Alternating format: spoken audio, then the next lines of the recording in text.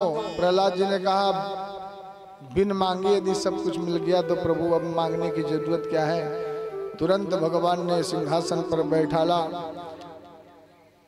राज्य तिलक किया और भगवान ने कहा प्रहलाद अब अपने पिता के सारे कर्मों को करो, अंत्येष्टि करो। अंत में जब इस धाम को छोड़ करके पृथ्वी से आओगे तो मेरा धाम तुम्हें मिला खुला मिलेगा, मेरे धाम के दरवाजे खुले मिलेंगे।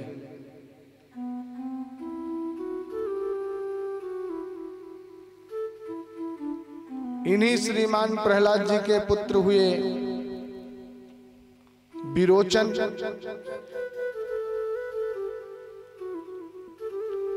और विरोचन के पुत्र हुए महाराज बलि। बलि एक बहुत बड़े सम्राट हुए, परंतु देवासुर संग्राम हुआ, दैत्यों में और देवताओं में युद्ध हुआ। उस युद्ध में दैत्य मारे गए, परंतु गुरु शुक्राचार्य जी के पास मृत संजीवनी थी। उस मृत संजीवनी के माध्यम से शुक्राचार्य जी ने सभी देवताओं दैत्यों को जीवित कर दिया। पर यह दैत्य और देवताओं का युद्ध अंतिम युद्ध नहीं था। तो देवताओं ने सोचा कि अब कुछ क्या करें, ऐसा कुछ उपाय करें कि युद्ध तो हो पर कोई मरे ना। तो ऐसे क्या, कौन सा ऐसा उपाय है?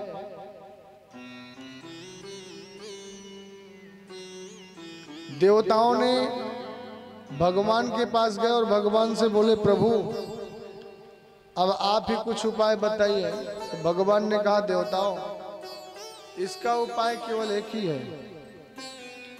समुद्र मंथन करो। पर देवताओं ने कहा सरकार हम अकेले कैसे ये समुद्र मंथन करें। बोले इसके लिए तुम्हें दैत्यों से भी मित्रता करनी पड़ेगी। सभी देवता मिलकर के गए और सबने जाकर के दैत्यों से राम राम करिए, बढ़िया मिले अच्छी तरह से। दैत्यों ने सोचा ये कल तक तो हमसे युद्ध कर रहे थे, आज कैसे आ गए हमें हमारे गले लगने के लिए, आज कैसे प्रेम कर रहे हैं।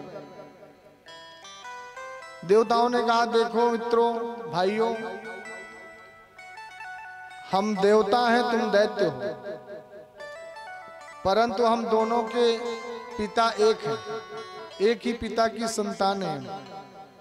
माताएं भले ही हमारी अलग अलग हैं पर हमारे पिता तो एक ही हैं, इस नाते हम दोनों भाई भाई हुए। दैत्यों ने सोचा आज तो बड़ी मीठी वाणी बोल रहे देवता, चक्कर क्या है। पर दैत्यों ने कहा हाँ ठीक है हम भाई भाई हुए, हाँ बिल्कुल। तो देवताओं ने कहा देखो यदि हम भाई भाई हुए तो आए दिन हम आपस में लड़ते झगड़ते रहते हैं। बिल्कुल सही बात है, लड़ना झगड़ना तो बना ही रहेगा और जीवन पर्यंत बना रहेगा, क्योंकि तुम देवता हो हम दैत्य हैं। तो देवताओं ने कहा हमारे कहने का मतलब यह है कि चलो भाई भाई हैं, लड़े झगड़े कोई बात नहीं चलेगा, पर कम से कम वो लड़ाई में मरे तो ना। भाई जो भाई हमारा मर गया तो संख्या तो हमारी घटेगी ना, दुख तो हमें होगा ना, कष्ट भी हमें होगा। तो ऐसा उपाय कर ले कि मरना ना पड़े, लड़ो झगड़ो चाहे कितना। तूने कहा वाह ऐसा कौन सा उपाय है कि मरना ना पड़े और लड़ाई झगड़ा चलता रहे। अच्छा भाई क्या करना होगा तुम ही बताओ।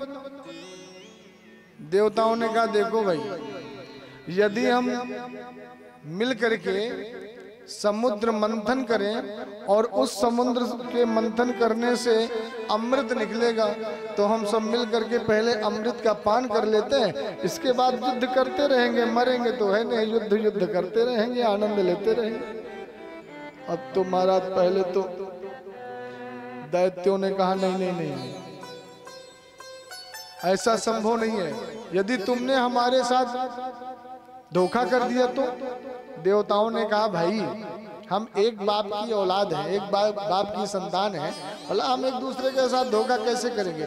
अरे लड़ाई झगड़ा बात अलग है, बाकी हम भाई भाई हैं, इसलिए बांट करके थोड़ा थोड़ा अमृत पान कर लेंगे, फिर मरना नहीं पड़ेगा। ठीक है। अब देवता और दैत्य दोनों एकत्रित भय समुद्र मंथन के लिए भैया विंध्याचल पर्वत को भगवान गरुड़ जी को आदेश दिए लेकर के आए, समुद्र के बीच में रख दिया। बासुकी नाग को आदेश दिया रस्सी बनने के लिए, बासुकी जी आगे रस्सी बन गए। अब बासुकी नाग का जो जहर है वो इतना साधारण नहीं है, एक बार मुख से फुसकार मार दें तो जाने क्या से क्या हो जाए। तो भगवान ने सोचा यदि देवता मुख की तरफ पड़ गए तो जल करके वैसे भी राख हो जाएंगे, इनको कैसे बचाएंगे? तो भगवान ने देवताओं से कहा देवताओं तुम कह देना कि हम उच्च कुल के हैं, हम देवता हैं, इसलिए हम मुख की तरफ पकड़ेंगे और पीछे की तरफ नहीं पकड़ेंगे, पीछे तो मलमूत्र निकलेगा, इसलिए हम पीछे नहीं जाएंगे। तुम दैत्य हो, तुम पीछे की ओर जाओ। अब देवताओं ने बासुकी नाग के पास आकर के ऐसे कहने लग गए, देखो हम देवता हैं, उच्च कुल में हैं, हमारा स्थान ऊंचा है, इसलिए देखो पीछे हम नहीं जा सकते, हम अग्रभाग में रहेंगे मुख की तरफ। दैत्यों ने कहा वाह ऐसे लग रहे हो कि बड़े बाप की औलाद तुम ही हो, हम क्या तुमसे कम है? देखो हम पीछे की ओर, हमें भी नहीं जाना, हम तो रहेंगे तो मुख की तरफ रहेंगे। अब देवताओं में बहस चल रही थी, तब तक भगवान आए और मेरे गोविंद ने कहा देवताओं देखो बड़े बाप की औलाद इन्हीं को बन लेने दो, तुम पीछे की ओर आ जाओ। सोई देवता तो आगे भैया पीछे की तरफ, दैत्य चले गए आगे की तरफ मुख की तरफ। अब जैसे समुद्र मंथन का आरंभ हुआ तो जैसे बासुकी नाग के मुंह से जैसे जहर निकलता तो आधे तो दैत्य जल करके राख गए, भस्मीभूत होने लग गए। अब दैत्य घबराए कि हे भगवान अब खाई तो खाई, आगे खामे तो राम दुहाई, यहाँ तो ये बिना मौत के मर रहे हैं, बड़े अच्छे बड़े बाप की औलाद अच्छा बने हम। पर फिर भी 14 रत्न निकले समुद्र मंथन में, उसमें से धन्वंतरी जी स्वयं अमृत का कलश लेकर निकले। 14 रत्नों में भगवान ने बांट करके दोनों पक्ष को दे दिया। ऐरावत निकला जो इंद्र को दिया गया, अश्व निकला जो दैत्यों को दे दिया गया, बारूणी निकली जो दैत्यों को दे दी गई। जब ये 14वां रत्न अंत में अमृत निकला तो अमृत का घड़ा लेकर जैसे धन्वंतरी जी आए, दैत्यों ने सोचा देवताओं का भरोसा नहीं है, ले और 9 2 11, सो दैत्य लोग अमृत का कलश लेकर के भाग गए। अब देवता घबराए, अब क्या करें सरकार, ये तो लेकर के घड़ा ही भाग गए, तो जिसलिए हम ये अमृत पाने के लिए इतना खतरा मोल लिए समुद्र का मंथन करवाया, वो तो हुआ ही नहीं। भगवान ने कहा ये मेरे प्रभु कहते हैं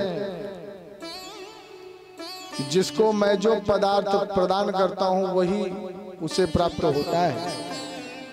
मेरे प्रभु मोहिनी रूप धारण किए और मोहिनी रूप धारण करके दैत्यों के मध्य पहुंच गए। ये सुंदर मोहिनी रूप धारण किया कि दैत्यों ने जैसे प्रभु की रूप सुधा का पान किया तो दैत्य बोल पड़े वाह, हमें ऐसा लग रहा है कि हमारी वीरता और पौरुष पर प्रसन्न होकर भगवान ने ये श्री देवी हमारे लिए भेज दी। आपस में दैत्य लड़ रहे थे, पहले मैं पीऊंगा, मैं ज्यादा बलवान हूं। एक ने कही नहीं नहीं, मैं तुमसे उम्र में बड़ा हूं इसलिए पहले मैं अमृत पान करूंगा। तो आपस में लड़ रहे थे, तब तक मोहिनी पर नजर पड़ी तो एक दैत्य बोल पड़ा देखो हम आपस में न लड़े, हमारे लिए भगवान ने इतनी सुंदर अनंत आकाश से चली आ रही है त्रिभुवन में इससे सुंदर कोई और स्त्री नहीं हो सकती है। तो जब भगवान ने हमारे लिए भेजा है तो क्यों ना हम इस सुंदरी के हाथ से ही अमृत का पान करें। और जब अमृत का पान कर लेंगे तो लास्ट में किसी न किसी से ये सुंदरी विवाह भी कर लेगी। भगवान की सुंदर दिव्य आभा प्रभा पर मुग्ध हुए ये दैत्य बोल पड़े, देवी आप कौन हैं, आपका परिचय क्या है। और देवी आपसे हम निवेदन करते हैं कि हमने देखो इतने वीर हैं हम कि अमृत लेकर के आए हैं अभी समुद्र मंथन करके।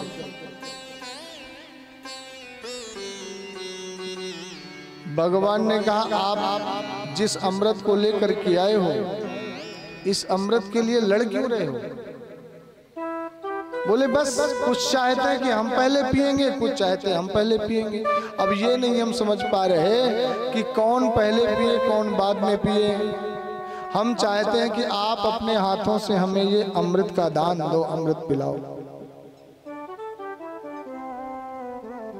भगवान ने कहा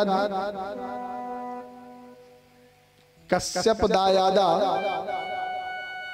हमने सुना था कि दैत्य कश्यप के पुत्र हैं और कश्यप तो बहुत बड़े विद्वान हैं, परंतु ये नहीं पता था कि इतने बड़े विद्वान के घर ऐसे मूर्ख बालक जन्म लिए होंगे। तुमसे बड़ा मूर्ख हमने कहीं नहीं देखा। दैत्यों ने कहा हे सुंदरी तुम हमको मूर्ख कहती हो। अरे हम यदि मूर्ख होते तो इतने बड़े समुद्र का मंथन करके अमृत जैसी औषधि लेकर ना आ जाते।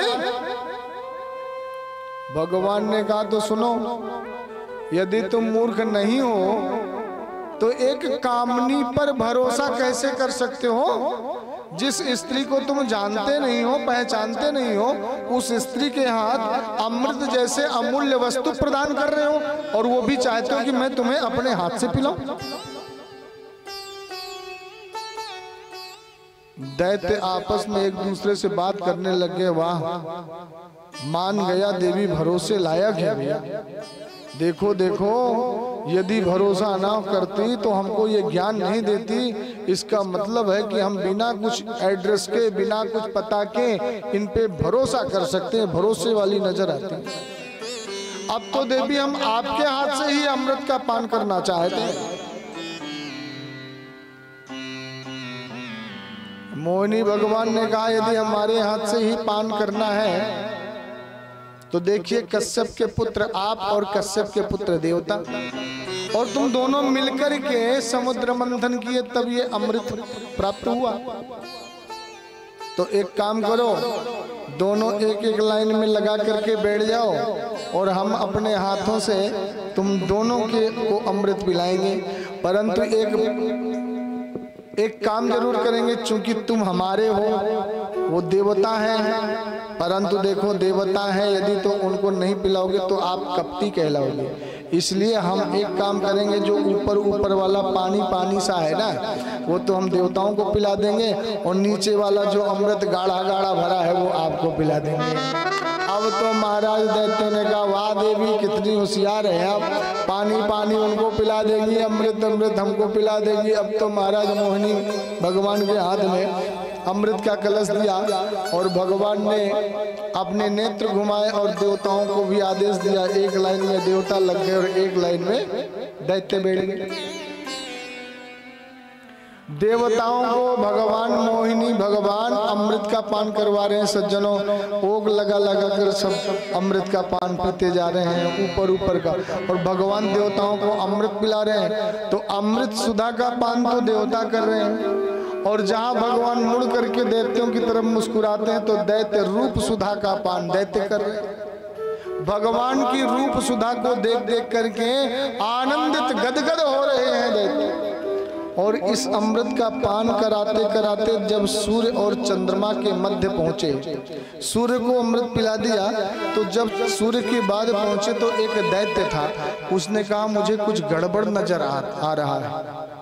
दैत्य का नाम था स्वरभानु। बोला मुझे कुछ गड़बड़ लग रही है, तो चुपके से दैत्यों की पंक्ति से उठकर सूर्य चंद्रमा के बीच में जाकर बैठ गया। भगवान ने उसे भी देवता समझकर उधर दैत्यों की तरफ मुस्कुरा रहे थे और उसके भी मुख में अमृत डाल दिया। तब तक पीछे से चंद्रमा ने कहा सरकार ये देवता नहीं ये तो दैत्य है।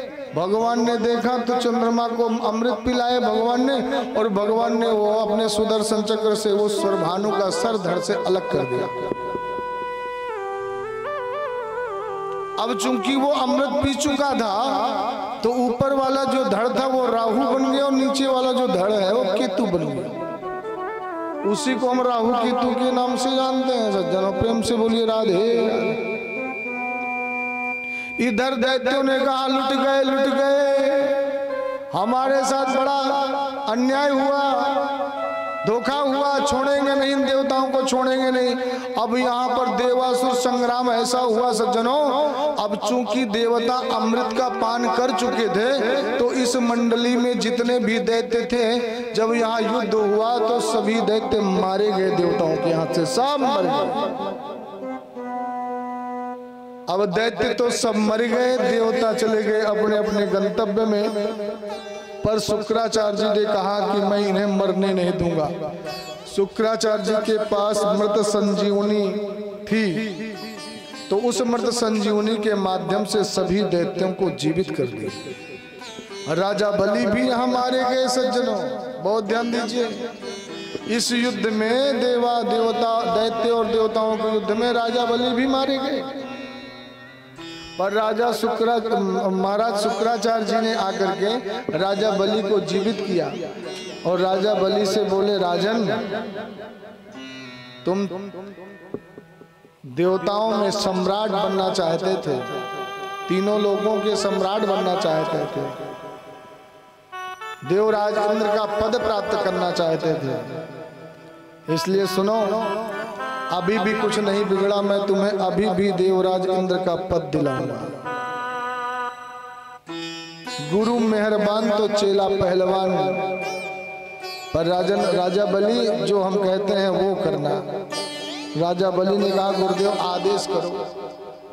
शुक्राचार्य ने कहा देखो मेरे पास हर किसी अस्त्र का तोड़ है, ब्रह्मास्त्र से लेकर हर अस्त्र का तोड़ है, पर एक अस्त्र का मेरे पास कोई तोड़ नहीं है, उसका तोड़ तुम्हें लाना पड़ेगा, सोई तुम विजयी। बोले सबकी तोड़ है पर मेरे पास नारायण की तोड़ नहीं है। तो क्या करना है? बोले नारायण की तोड़ केवल एक ही है, क्या? ब्राह्मण और गौ। यदि नारायण पर विजय पाना है तो ब्राह्मणों का चेला बन जा और गौ माता का सेवक बन जा। दो चीज कर ले तो त्रिभुवन में तुझे कोई हरा नहीं पाएगा। प्रेम से बोलिए राधे राधे। सज्जनों, जिस घर में ब्राह्मण संतों का सम्मान होता है वहां की यश कीर्ति कभी खत्म नहीं होती। जहां गौ सेवा होती है वो घर उत्तरोत्तर वृद्धि करता है।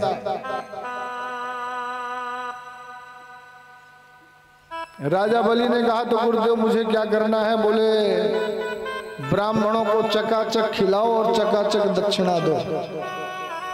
अब तो महाराज राजा बलि जहां ब्राह्मणों को देखता दंडवत प्रणाम, प्रसाद खिलाना, दक्षिणा देना, यज्ञ पर यज्ञ करने लग गया और चकाचक दक्षिणा देने लग गया ब्राह्मणों को। सुंदर मालपुआ, देसी दूध की खीर बना कर चकाचक पवाने लग गया। तो ब्राह्मण इतने खुश हुए कि वाह राजा बलि तुमने तो ब्राह्मणों की बड़ी सेवा कर रहे हो भाई। गौ माता की सेवा करना शुरू किए। तो जब वर्षों बीत गए सेवा करते करते एक दिन ब्राह्मणों ने कहा राजन तुमने हमको बड़ी सुंदर दक्षिणा दी, बड़ी सेवा करी, आज तुम्हारी सेवा से हम प्रसन्न हैं, बोलो क्या चाहिए, मांगो वरदान।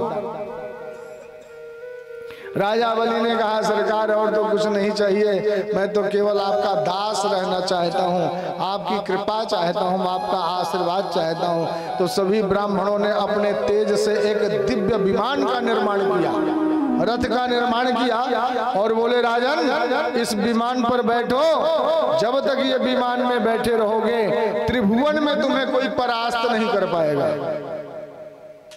अब तो महाराज राजा बलि उस विमान पर बैठा और सीधे देवलोक में कर दिया आक्रमण। जितने देवता थे सबके पसीने छुटा दिया, सब देवता अपने अपने भवनों को छोड़ छोड़ करके जंगल में भाग गए, कंदराओं में छिप गए। अब तो महाराज राजा बलि इंद्रासन पर बैठ गया। बड़े बड़े देवलोक की अप्सराएं राजा बलि की सेवा में उपस्थित हो गई। गंधर्व किन्नर आकर राजा बलि की स्तुति गाने लग गए, आरती करने लग गए। त्रिभुवनपति राजा बलि के सामने बड़े बड़े देवता नतमस्तक हो गए। सामने सभी देवता जो कंदराओं में घुसे थे एक दिन रोते हुए भगवान के पास पहुंचे, मेरे गोविंद के पास।